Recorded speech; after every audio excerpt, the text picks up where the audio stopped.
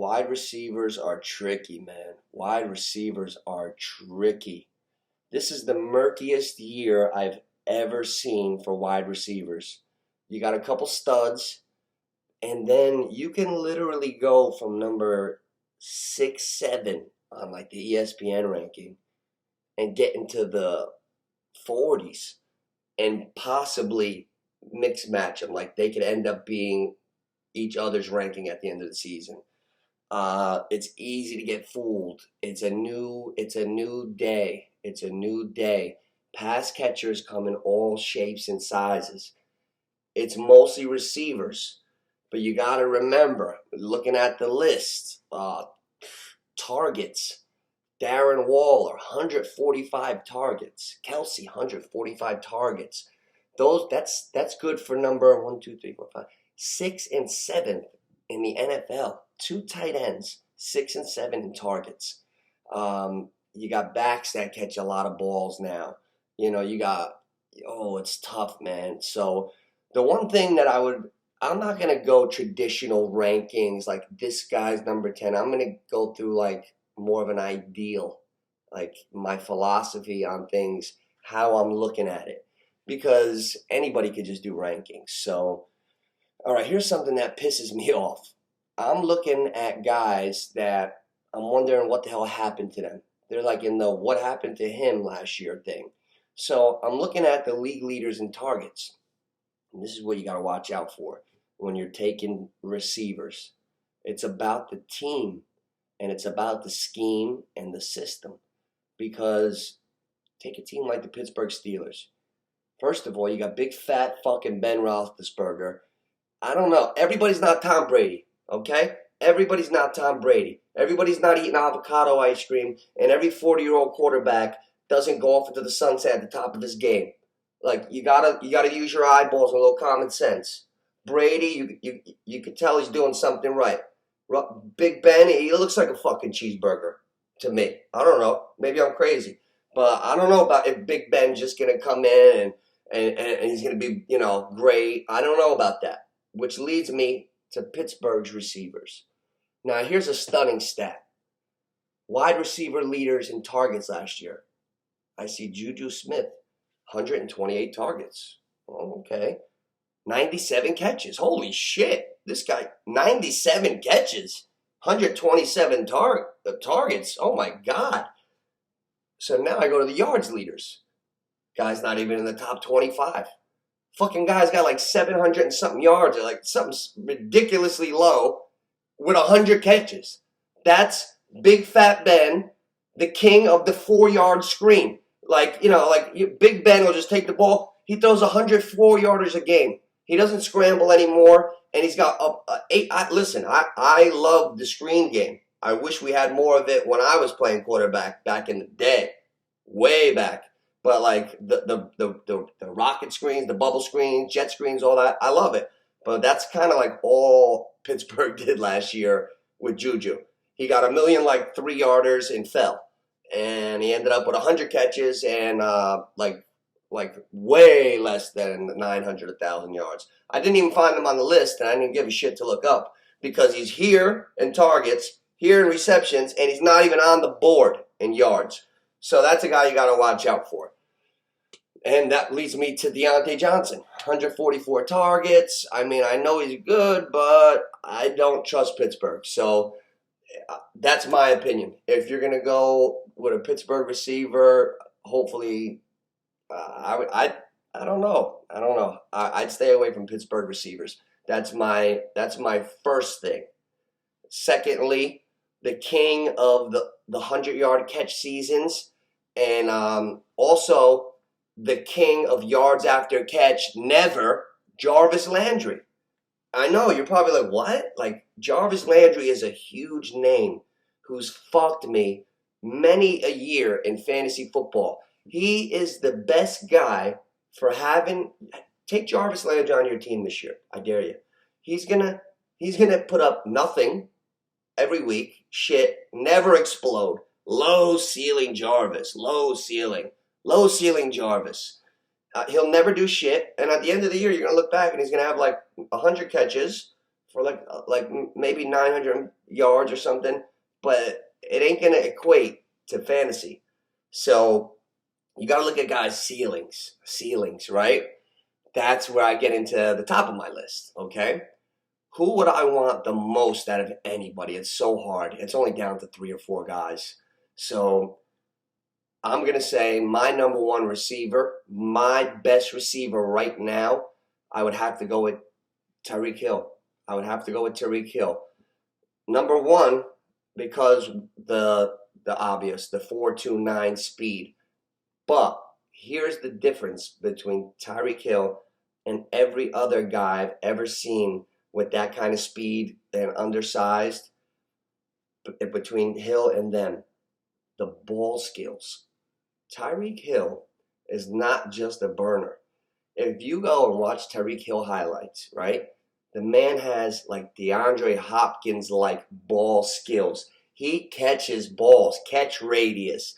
He catches balls that shouldn't be caught.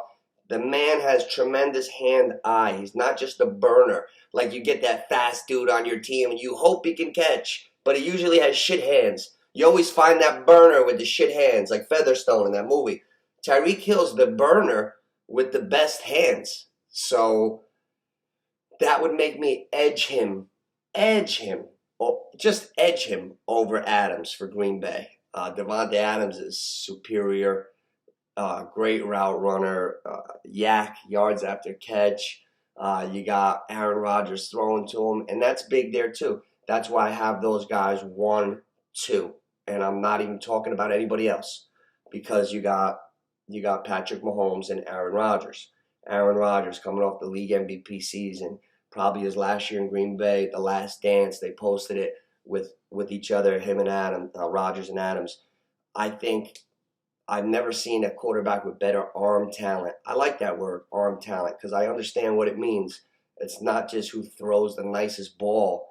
It's can you throw running right on a dime 35 yards downfield? Can you throw running left? Can you be moving and throw from a different arm angle, hit your guy? Arm talent is different than arm strength or even like just accuracy, standing. Arm talent is your arm being able to do whatever you want, going any which way, and that's something that not many people have. And Rodgers and Mahomes have that. So when you go to guys like top receivers, it's no accident that Hill and Adams are at the top of the league every year because they're set up with those tremendous Hall of Fame quarterbacks. It's always the system that helps the guy. Like that's why you saw Stefan Diggs take off. That's why right now I'd probably put him right in that top 5 because Stefan Diggs, I saw him on Minnesota, really good, really good.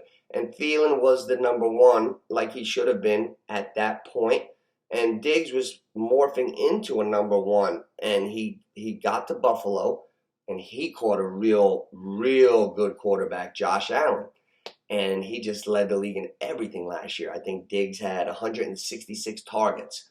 166 targets, 127 receptions, and 1,535 yards. That's a monster season. That's probably what's going to make me hesitate and stay off Diggs because I'm that mush. I'm Eddie Mush from the Bronx Tale. I'm the kind of guy that, like, I'll take the guy that feels the safest, and he sucks. Like, after Ezekiel Elliott's first 2-3 years in the league, could there have been a safer pick in your draft? I picked him the first year he fell off, like 2 years ago. Like, it was terrible. I've done it with everybody. I've taken Phillip Rivers coming off like 10 years ago off like a super season. He stunk worse than ever. And then the year after I didn't have him, he went back to having like 8 great years. So I'm not sure about Diggs or Allen on that thing because I've been there before. I had Andrew Luck. Andrew Luck had a monster year when he was coming of age, 5-6 years ago, whenever that was. Monster year. The next year, I took Luck a little early. He had a little bit of a drop. Josh Allen reminds me a little bit of that super season from Luck. I think it was 2014. Not sure, a couple years back. I think he's going to have another great year, but The Dolphins are good. Dolphins are better. The Patriots, I didn't know that 8 of their defensive starters just sat out last year because of the COVID. They elected to sit out. No, Belichick, they never make excuses. Like, I've never heard anybody make an excuse for that. I've heard them blame Cam Newton. I've heard all kinds of bullshit, but 8 defensive starters. That leads me to believe the Patriots are going to be a lot better. I don't know if Josh Allen can exceed what he did last year or Diggs. It's hard to go over 50 and 100 yards for a receiver and 130 balls. We're talking Michael Thomas from 2 years ago. And look at Michael Thomas last year. He didn't even play. So you never know. Imagine Michael Thomas catching 137 balls or whatever it was 2 seasons ago.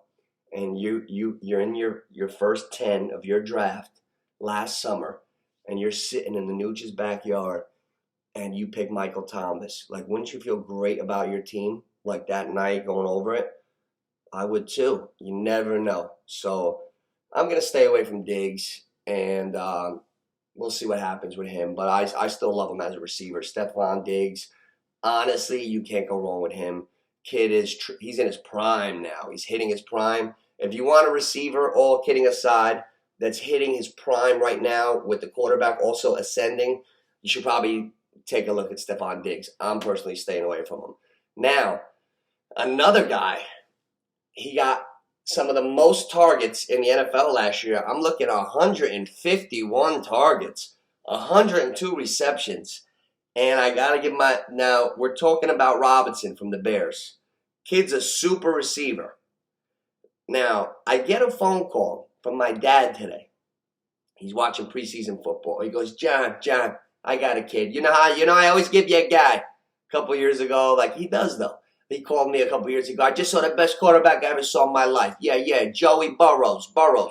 And he ended up being real good, and like he does have a good eye. So he calls me today, and he's about to tell me about a guy that I was a little down on. So I was surprised that we were on opposite ends, because we usually agree like on things like without like knowing it, and then we talk about it. So he's like, John, I just saw the best quarter. I just saw this kid, tremendous. This kid's going to be the fucking best, John. He goes, I just saw a kid, tremendous. Black kid for Chicago. I'm like, oh, Fields. I'm like, Fields? He's like, yeah, that kid, fucking best. Run, throw, everything. So my dad fell in love with Fields today. I didn't even watch the highlight or anything yet. But that gives me hope for the Bears receiver. If Fields is ready and he gets everything going, and the Bears become exciting right off the bat, then you got to take a hard look at Robinson and really consider him in maybe even your first round or two. I mean, it's going to be tough. He might have a big year. He's already super talented, and if this kid Fields is ready, there's always rookies now coming out ready. It's not like it was in 1997 when even a Peyton Manning stunk. And he had to go 3-13 in growing pains. Now kids are going away to 7-on-7s. They're going away to Penn State camps at 12 years old. You got 12-year-old kids that know how to read defenses. They know the difference, the nickel, the 8 in the box, spread. They know everything. Like, I didn't even know how to read a defense until I got into high school. The first time I took a varsity rep, I went back on a play action, and when I turned around, it looked like the mall at Christmas time before Amazon. Like, I couldn't see shit. These kids are coming in today ready. So, there's going to be one of these rookies coming in ready. So, you got to be ready for Fields and the Robinson connection. And then you got the kid like Herbert last year. That's why the Chargers guys didn't miss a beat. That kid, Justin Herbert, came in ready. And that's my favorite young quarterback from last year. So, then you got, who do you have over there? Mr. Consistency, Keenan Allen. Keenan Allen has been good for 100 fucking years. Keenan Allen is like, that seems like the safest play to me. Like, Keenan Allen is Mr. Consistency. You got a young kid that came into quarterback, and he's just tearing it up for the Chargers. I'm all over Keenan Allen. You see how we're doing this? I'm just bullet pointing receivers, and you say, oh, yeah, There you go. You can form your own opinion on this. That's why we're talking. I'd rather have it like dialogue, like if you're in the room with me and we're talking, and I bring something like a light bulb off to your head, and then you think of things yourself, because that's more fun than just some idiot going over a list. So we went over Adams and Tyreek Hill, of course. We're touching on other guys and systems and why in a nice ADD fashion, because that's how I like it, all over the place. And then we got DeAndre Hopkins, of course, the best pure receiver in the NFL. I know I didn't rank him one. I know. But DeAndre Hopkins, now we're talking, I'm a scout, and I'm evaluating the best receiver in the NFL. That's DeAndre Hopkins, 100%. The guy's got super hands, best hands, right up there with the best I've ever seen. Tremendous route runner, confidence. He's got it all. He's got it all. I even saw NFL films. It was mic'd up. Another coach for another team walks up to him before the game. He's like, "You're the best in the whole league," and he goes, "I know." That's confidence. But DeAndre Hopkins, he's with Murray. Okay, that little quarterback out in Arizona. Now he's a good little young quarterback, but DeAndre Hopkins turned a little bit more into the intermediate guy a little last year from the Deshaun Hopkins Texans. So I saw a little change in him, but it was year one. So they might have more chemistry this year, and he's the best. So the cream always rises, especially when you're that good. You know, he's still in his athletic prime, and he's really tough. So, you got Adams, Hill, Diggs, Hopkins. Those are probably my top four. And then you got my favorite physical specimen. He's probably going to be he'll probably be the first receiver I would take because I'm that guy. I like that wow factor. DK Metcalf. The guy just ran a 10.3 something 100-meter. He's racing in track. He's 260 pounds, jacked. 6'4", whatever he is. The guy, he's the biggest, he's the fastest. It's scary. What the fuck are these guys taking? I don't know, man.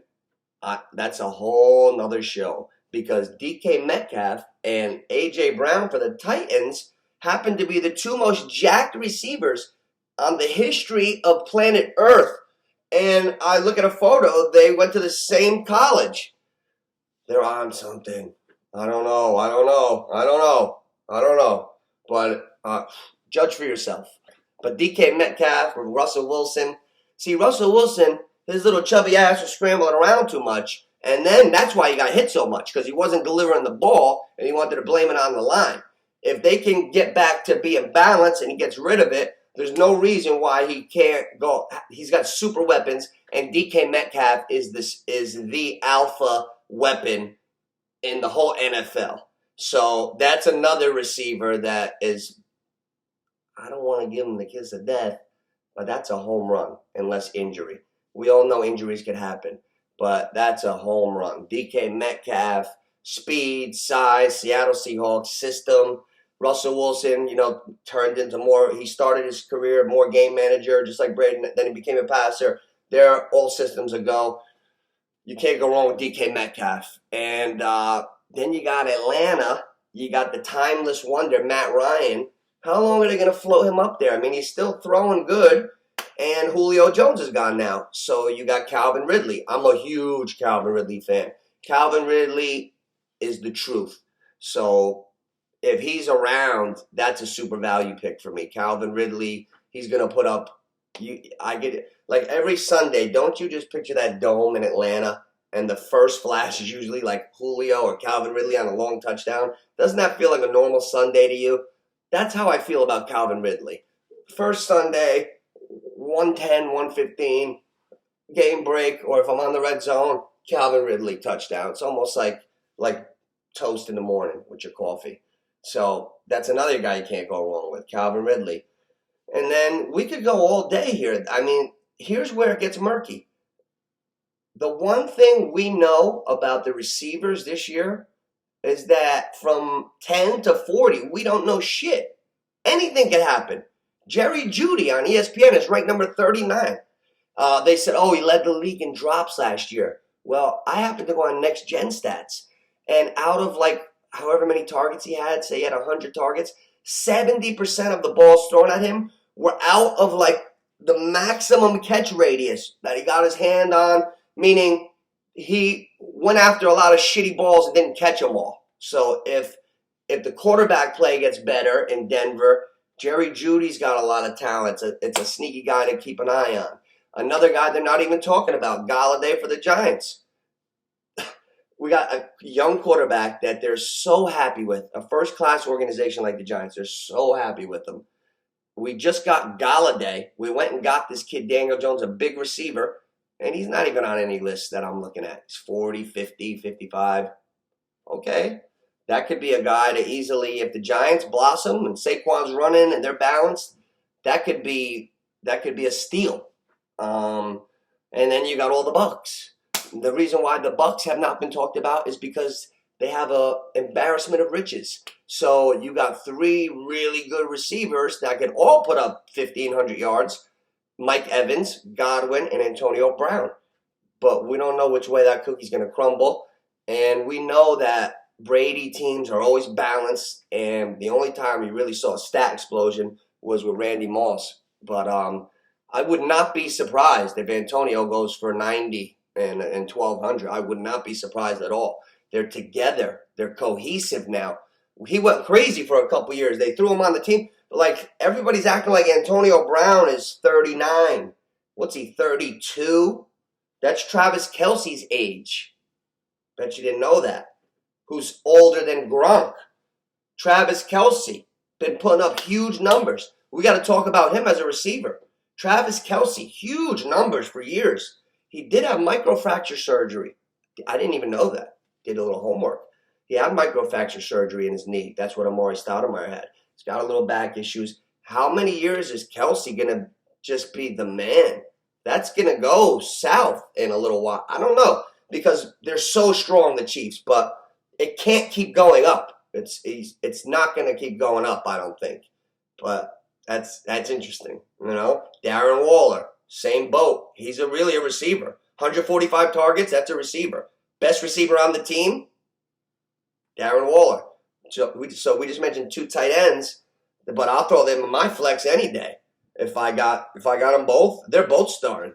So you got to look at all that shit. You got 2 receivers on Minnesota. I didn't even mention yet. You got White Rice, Adam Thielen, been tearing the league up for years. His rankings have dropped this year because a lot of times, this is one of those situations, another guy came on the team and he exploded. And now he's kind of morphing into the number 1, Jefferson.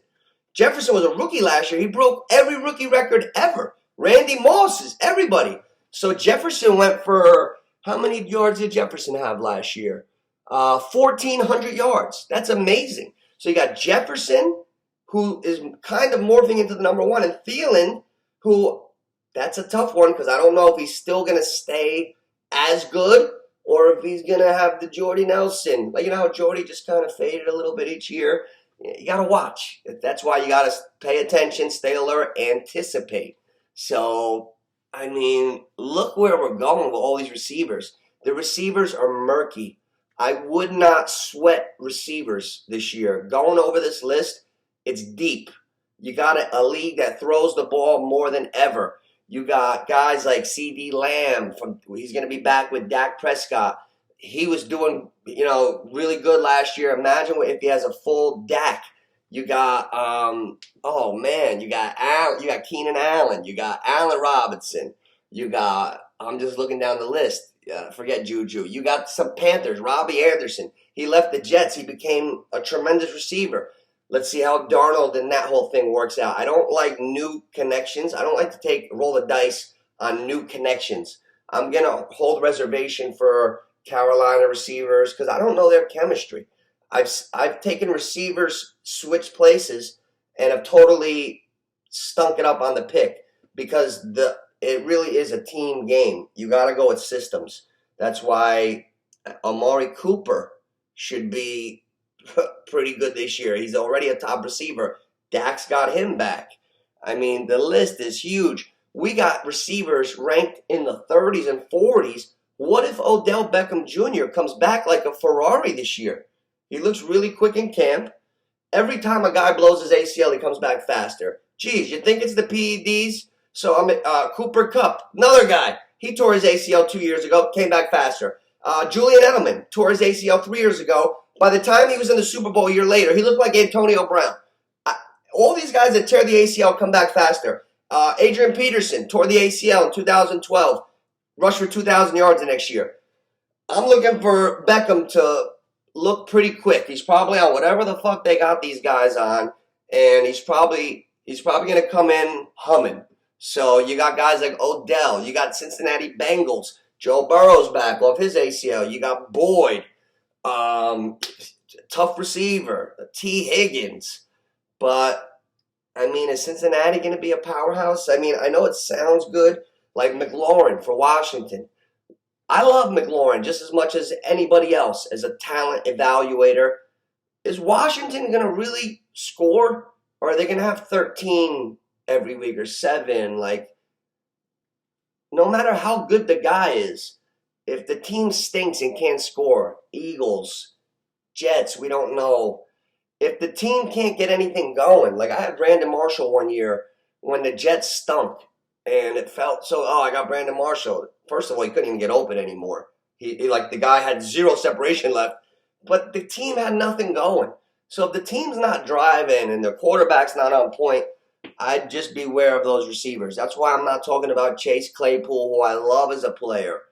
But I don't know where Ben is going to be this year. I like Antonio Brown. I'm going to keep a close eye on those Bucks because I like all their receivers.